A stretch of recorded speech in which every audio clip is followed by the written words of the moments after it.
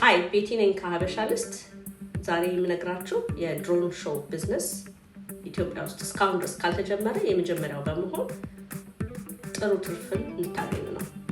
ድሮን ሾው ቢዝነስ ዓለማችን ላይ አሁን በጣም በብዛት እየተስፋፋ ያለ ነው። በጣም ጥሩ አዋጭ ነው። አዲስ ቴክኖሎጂም ስለሆነ በጣም ኢትዮጵያ ውስጥ በብዛት ካልተጀመረ ስሞል ቢዝነስ በመጀመር ቅድሚያውን የያዙና ጥሩ ትርፍን ያገኙበት። ድሮን ሾው ቢዝነስ በጣም ሂውጅ ማርኬት አለው። ብዙ ነገር መስራት እንችላለን በሱ የተለያዩ ቦታዎች ላይ ማሳየት እንችላለን እሱ እና በጣም ኢትዮጵያ ውስጥ በተለይ ሃይ ዲማንድ ያለውና ሎ ኮምፒቲሽን በብዛት ሰው እስካሁን ድረስ የጀመረ አይመስለኝም።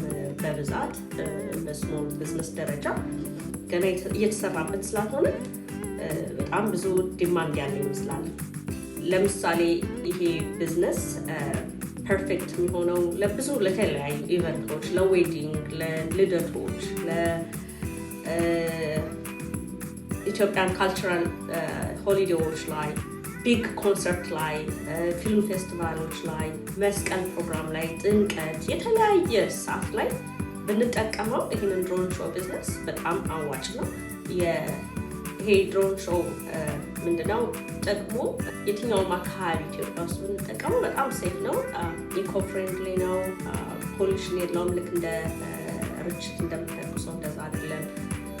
የሚያስፈራ ነገር የለውም። አንድ ጊዜ ሶፍትዌሩና ድሮኖቹ ካሉ የትም ቦታ ላይ ሆነን ቢዝነሱን መቀጠል እንችላለን ማለት ነው። ደስ የሚለው ደግሞ ሌላው ፕሮፊት ማርጂኑ ብዙ ነው የሚሆነው። ኢኒሻል ኢንቨስትመንታችን በእርግጥ ሶፍትዌሮቹና ድሮኖቹ በተወሰነ 10 20 አድርገን ጀምረን ከዛ በኋላ ደግሞ ማሳደግ የምንችለው በጣም ብዙ ፕሮፊት ማርጂን የምንይዝበት ቢዝነስ ነው እና እንደ ስሞል ቢዝነስ በጣም አዋጭ ነው።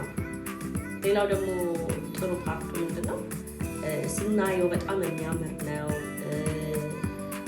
ሌሎች ሰዎችን ብናሳያቸው በጣም ደስ የሚል ስለሆነ ቪዲዮ ቀርጸ ነው ብናቆየው ቫይራል የመሆን እንትናለን እና በጣም የተለያዩ ክላይንቶችን አትራክት ማድረግ ፖቴንሻል አለው ማለት ነው።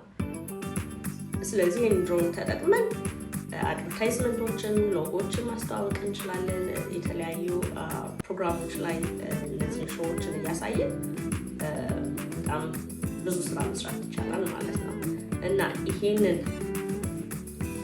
ድሮን ሾው ቢዝነስ እስካሁን ድረስ ካልተጀመረና በስሞል ቢዝነስ ደረጃ ኢትዮጵያ ውስጥ እየተሰራ ካልሆነ የመጀመሪያ ሆኖ ጥሩ ትርፍን ያገኘው ኮመንት ላይ ለማስቀምጡልኝ። እስካሁን ድረስ ያያችሁ ድሮን ሾው ኢትዮጵያ ውስጥ ካለ ሌላ ደግሞ ሰብስክራይብ አድርጉ። ሞር ቢዝነስ አይዲያዎችን ስሞል ቢዝነስ አይዲያዎችን ይዘን እንመጣለን።